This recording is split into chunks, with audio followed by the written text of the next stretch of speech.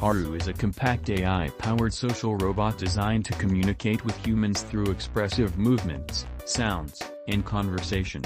It acts as a tangible AI system that can form empathetic relationships and encourage meaningful human interaction. Honda designed Haru to make people smile, build emotional connections, and explore the future of human-robot communication. Haru is a small tabletop device about 30 cm tall that can be placed on a desk or table to interact with users. It uses sensors, microphones, and cameras to analyze facial expressions, voice tones, and behavioral cues, allowing it to understand the person's emotional state.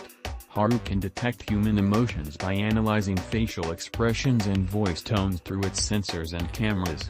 It communicates through eye movement, body gestures, light signals, voice and sounds. These features allow it to express emotions and create natural interactions with people.